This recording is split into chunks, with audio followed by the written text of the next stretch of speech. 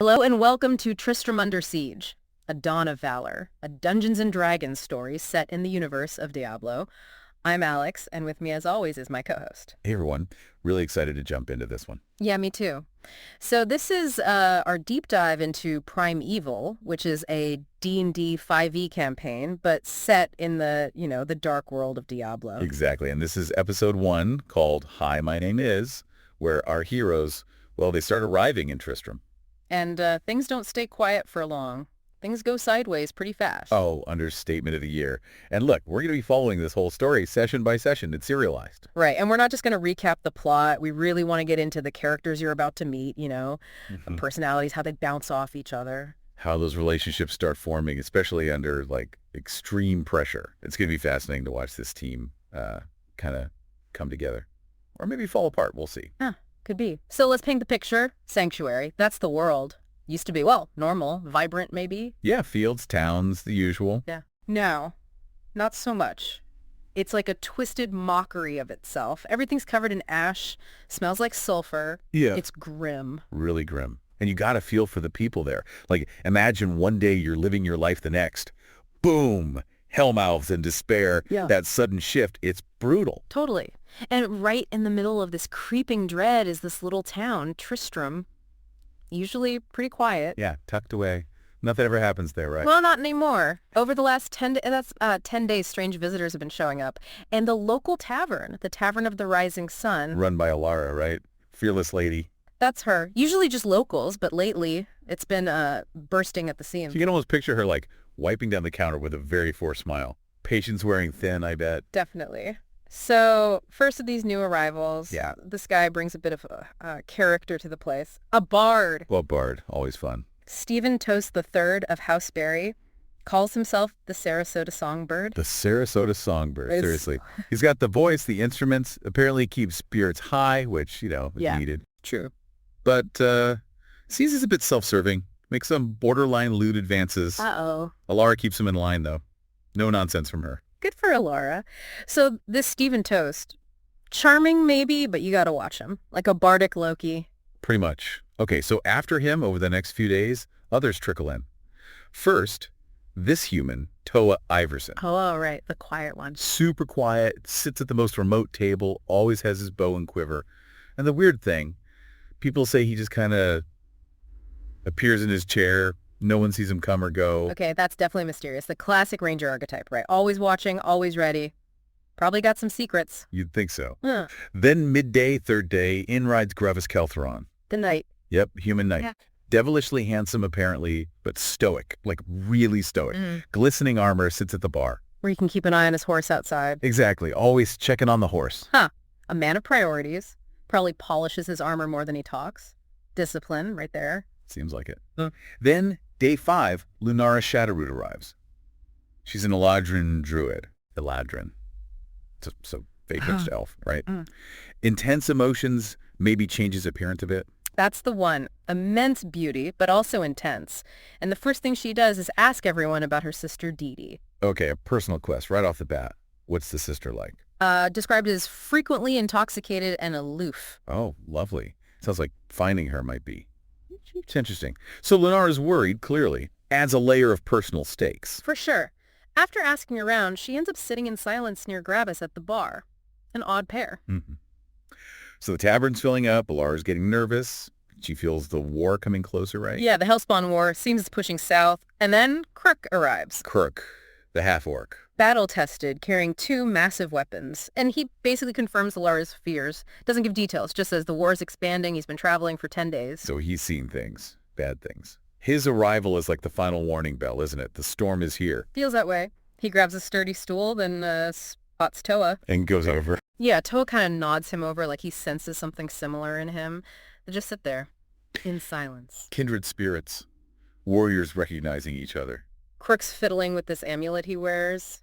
Looks unusually non-Orcish, apparently. Intriguing detail. Yeah. Adds to the mystery around him, too. Then, last day, Eve of whatever this is, an elvish rogue, Eldrin Biro, slips in. Sits in.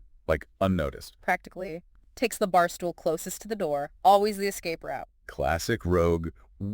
Wary, nervous maybe. probably running from something or looking for a quick exit if things go bad, which, spoiler, they do. Yeah, they do, because just as everyone's settling into this uneasy quiet, Anya bursts in. Local woman. With her kids, right. Elena and Tom. Yeah, she's distraught, shaking. Alara rushes over, tries to comfort them, gives them water, bread. You can just feel the mood shift. Whatever unease was there before, it's just raw fear now. Hits close to home. And then Anya tells them why, this horrific story. A beast. It tore her husband apart. Oh, just right in front of the kids, just bits everywhere. Wow, that detail. Yeah. It makes it so visceral, so immediate. The threat isn't abstract anymore. It's real, and it's here. Yeah. Alara goes from uneasy to full-blown panic. But the others, the heroes, their reactions are interesting. How so? Lunara, even though she's worried about her own sister, she kind of boxes that up for a second, focuses on Anya, tries to comfort her. That's telling. Putting aside her own stuff for the immediate crisis, real heroism starting to show. And Crook, the big scary half-orc, he kneels down, gives little Tom a trinket, just like a small, kind gesture. Wow, okay. Didn't expect that from the description. Shows there's more to him, doesn't it? That kindness can pop up anywhere. Totally. And Stephen Toast, the bard. What does the Sarasota songbird do? Serenade the beast. Ha! No, he squeezes in, starts teaching Alina, the daughter, how to play the lyre. Actually gets a small smile out of her. Okay. Maybe he's not all bad. He's using his charm for good, for a moment anyway. Yeah. Bring a little light, you know. Even Gravis, Mr. Stoic, moves over, tries to offer some reassurance. So the tavern's this weird mix of sobbing, comforting, quiet talks. A fragile moment of humanity amidst the horror. Fragile is the word. Because then, scream. Outside. Terrible scream rips through the night. And the moment shatters. Back to reality. The brief, calm, gone. Instantly. Gravis stands bolt upright, listening hard. Eldrin looks really unsettled, clutches a vial, gets a hand ready. For his psychic blade, that invisible magic weapon. Yeah. He looks visibly nervous now. And Stephen Toast, he pipes up, someone should go outside and take a look. Of course he does. Brave words when others are about to do the work. Right. But Toa's already moving, bow in hand. He just looks at Stephen and says, would you like to lead us out? Ooh, called him out, love it. Crook meets Toa by the door, pulling out his great tax and warhammer, ready to go. The frontliners emerge. Toa and Crook. Makes sense. They seem like the types that face danger head on. They step outside, it's dark, Crook heads north, sees nothing, Toa goes south, and it's just... wrong. Too still. Too dark. No sounds. Eerie. That kind of absolute silence is terrifying in itself. Like the whole world's holding its breath. And then from the south, this long, sickly growl. There it is. Crook hears it, just bolts south towards the sound, startles Toa, who trips. Oh, no. Right into a stack of crates. Crash! So much for stealth. Huh. Well, there goes the element of surprise. Straight out the window. Or the broken crate. Classic adventurers. Crook lets out this frustrated sigh, but just then Willa, the town seamstress, sprints past him, screaming her head off, heading for the inn. Doesn't even see Crook. Her terror just fuels Crook's resolve, you figure, like, not on my watch. Exactly. Meanwhile, Eldrin heard the growl too. He slips out, faster than Crook, finds a dark spot with a good view. Smart. The rogue using the shadows, what does he see? 5 shadow demons, clustered together, moving north. He quickly uses hand signals to Crook. Hand signals. In the dark. Yeah. Impressive. 5, moving north. 30 seconds to contact. Crook gets it. Okay, Eldrin the scout, Crook the tactical mind. They're already working together. That's huge. But as Eldrin's signaling, Crook sees something else. South. Something that was hidden before. What? What is it? A wound. In the earth. A giant gaping rift just opened up in the pasture. Spewing hell stuff. A hellmouth. Right there. In the middle of town. Oh, that's bad. That's really bad. Forget defending the town. That's game over for Tristram itself, maybe. Crook seems to realize that instantly. Heartbreaking. No way to defend against that. It's about saving who they can now. Wow. Okay. Who sees Eldrin's signals, ducks down, then stands, fires an arrow at one of the demons moving north. Does he hit? Nope. Thwacks into a barrel. He looks flustered for a second, takes a breath, knocks another arrow, mutters something. An incantation. Magic arrow time. Looks like it. This arrow glows with a deep red aura. He fires, hits a demon dead center. Boom! It explodes. Knocks all 5 demons back. Whoa, okay, Toa. Making a statement after that first miss. That definitely got their attention. Yeah. All the demons turn, glare right at him. Back inside, Gravis hears the explosion, the fighting. And he's out the door. Instantly. Mounts his horse, rides south into the chaos, and right behind him. Let me guess. the Sarasota songbird. Stephen toasts the third, indeed. Following Gravis into the night, the whole party's finally in the fight. All right, battle time. Let's see what they can do together. Who's up first? Cook! He just barrels in. Warhammer smashes one demon, sends it flying back 10 feet. Nice crowd control. Then the Great Tax connects with another, tries to knock it prone, but fails. Demons are immune, but he gets an extra attack. Fighter ability. Yep. Finishes off that blue demon, slices it right down the middle, shoulder to navel. Brutal. Oof, one down. Efficient. Then, bonus action, whips out his whip, grabs the orange demon, pulls it closer, setting it up. Tactical. But wait, didn't he see someone? He did. As he was fighting, he spots that shady guy, Marius, near the Hell Rift, trying to sneak away. Krek yells, "Get him!" Okay, side objective acquired. Keep an eye on Marius. Who's next? Eldrin, he sprints towards Kruk, and the orange demon throws a psychic blade, hits. Precision strike. Follows up with his dusk dagger, gets extra damage because it's dim light. Then bonus action, another psychic blade. Critical hit. Critical nice. Just obliterates the orange demon. Poof. Wow. Eldrin's whirlwind. Making quick work of that one. So efficient. Then he moves, getting eyes on Marius. Calls out, "Eyes on him!" Good teamwork. Okay, Toa's turn. Yep, Toa uses action surge. That's another fighter thing. Lets him take a whole extra action. So more arrows. 4 more arrows, fires them all at the pink demon. 3 hit, and his bow's magic slows it down. Rapid fire. Yeah. And slowing it down is smart. Controls the battlefield. Yeah. While this is happening outside, what about inside the tavern? Chaos, basically. Willa, Silas the alchemist, Born the blacksmith, and his apprentice Lyra, they all made it inside safely. Born's already trying to figure out how to barricade the door. Smart man. Needs some defense. Okay, back outside. Gravis. Gravis arrives on horseback, sees Marius trying to flee, sees the last couple of demons. He has a choice. Go after Marius or finish the fight? He chooses the fight. Charges the nearest demon, let's say, purple. First swing misses. What? Habits? Second swing connects hard. Rams his sword right through its head. Demon blood sprays across his beard. He doesn't even blink. Stone cold. Yeah. No messing around. Just pure focused destruction. Love it. Okay, now it's Stephen Toast's turn. He moves up, targets that purple demon Gravis didn't kill, uses vicious mockery. Ah, the insult spell. What does he say? Let's just say it involves anatomy and is very, very rude. Stop it, F, you little tiny penis brick. Something like that. Oh my. Classy as always, Sarasota. Does it work? Surprisingly, yeah. Deals a bit of psychic damage, gets at disadvantage. The other demon, green, ignores it. But purple, it turns tail and runs. Huh. It worked. Sometimes a truly vulgar insult is the best weapon. But running triggers an attack, right? It does. Kruk gets an opportunity attack, swings his axe, sticks it right in the fleeing demon's back, kills it instantly. That's what it gets. Teamwork makes the dream work, even if the dream involves rude bards and backstabbing axes. So now just one demon left. The green one. Almost clear. But what about Lunara inside? Right. Lunara stayed inside to protect Anya and the kids. Smart move. She activates her starry form. Ooh, druid magic. What does that do? She chooses the Archer constellation. Her whole body starts glowing, shedding bright light. Looks amazing. Probably terrifying if you're a demon. Definitely. Luminous archer druid. She forms the starry wisp, like a glowing arrow, and hurls it at the last demon outside. Hits it with radiant damage. Radiant damage. Good against demons. The demon just screams and explodes in a ball of pure light. Whoa. Lunara with the finisher. Talk about divine intervention, lighting up the whole town, literally. So the demons are gone, but Marius... Right. Marius is still trying to escape. What's he do? He tries to use Charm Person on Eldrin, who's closing in on him. Does it work? Nope. Eldrin's got guarded mind, resists it. Then Marius tries something called Turncoat. Never heard of that one. Seems like another charm or manipulation, but Eldrin uses bardic inspiration, probably from Stephen earlier, and resists that too. Wow, Eldrin's mind is a fortress. Marius must be getting desperate. Totally. He makes a break for it, heading for the mountain pass to the east. Can anyone stop him? Toa takes a shot, uses a special arrow, grasping arrow, it hits, should slow Marius down, restrain him. Yes, got him. But Marius just grits his teeth, the magical vines wither away. He uses a legendary resistance. Legendary resistance. On this random shady guy. Yeah. Okay, he is not just some villager. That's big villain stuff. Tells you something, right? He takes the arrow damage, but he keeps running and escapes into the pass. Damn.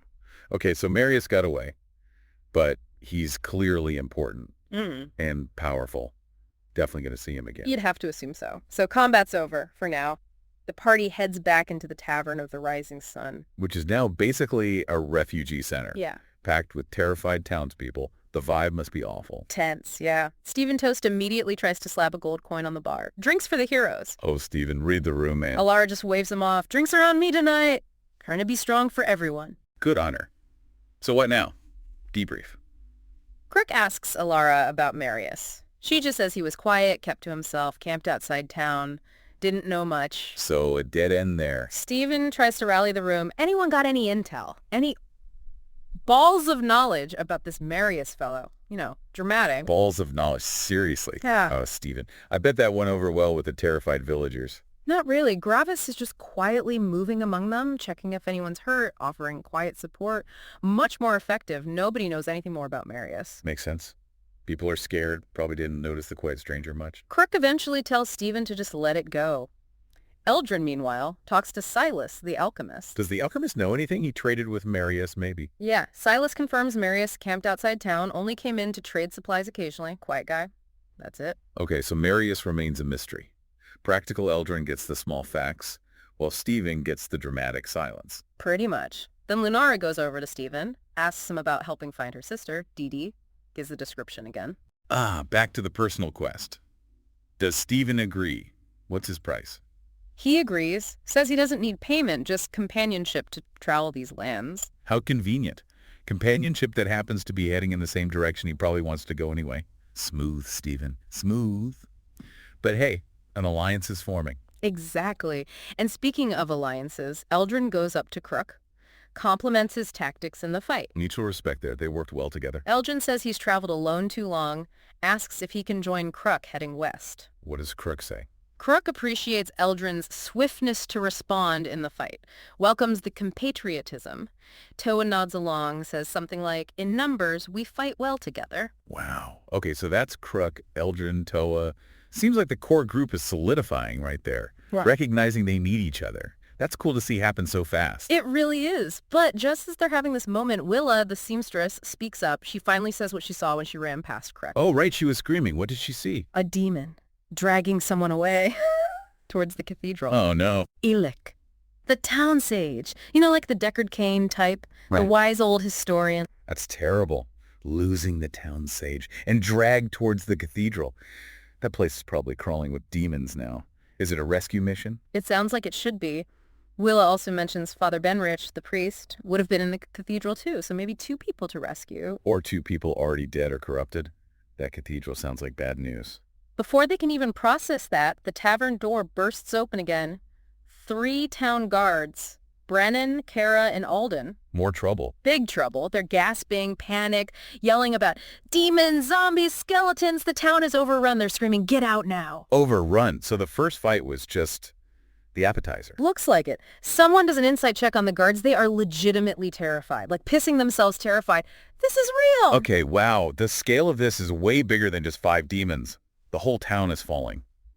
Panic must be absolute now. Total panic. People scrambling, and they realize the inn has no back door, only windows. They're trapped. No fire code escape. In a town next to a hellmouth. Rough. Okay, so they're cornered. But Eldrin slipped outside again during the commotion. He uses psychic whispers. Telepathy. Yeah, connects with Toa, Stephen, and Kruk, gives them the tactical situation. What's the report? Grim. Massive zombies coming from the east, skeletons from the north, more skeletons near the Hell Rift. The inn is basically surrounded on 3 sides. Yikes. Any way out? Eldrin says they need to go west. Now, it's the only direction not immediately swarming. Which it is. But how do they get the civilians out? Lunara has an idea. Cast a major illusion. Make it look like the Archangel Tyrael has appeared. Tyrael. Wow, big guns illusion. To do what? Create a bottleneck. Distract the zombies coming from the east, draw their attention, hopefully long enough for the villagers to escape west. Clever. Use the demon's own, well, lore against them, kinda. Are there clear paths west? 2 options. Yeah. A bridge to the northwest or follow the riverbank southwest. But the cathedral. Definitely a death trap now. No going back for Elic that way. So the choice. Use the illusion. Try to save the civilians via one of the western routes. Forget Marius for now. Forget the cathedral rescue. Seems like it. Tristram is overrun. This fragile alliance is formed, But now they face an impossible choice, surrounded by undead with terrified townsfolk looking to them. Will the illusion work? Which path will they choose? Can they possibly save anyone, let alone themselves? The stakes are just astronomical. Find out in our next deep dive into Tristram Under Siege, A Dawn of Valor. You really won't want to miss how this unfolds. Absolutely. Tune in next time.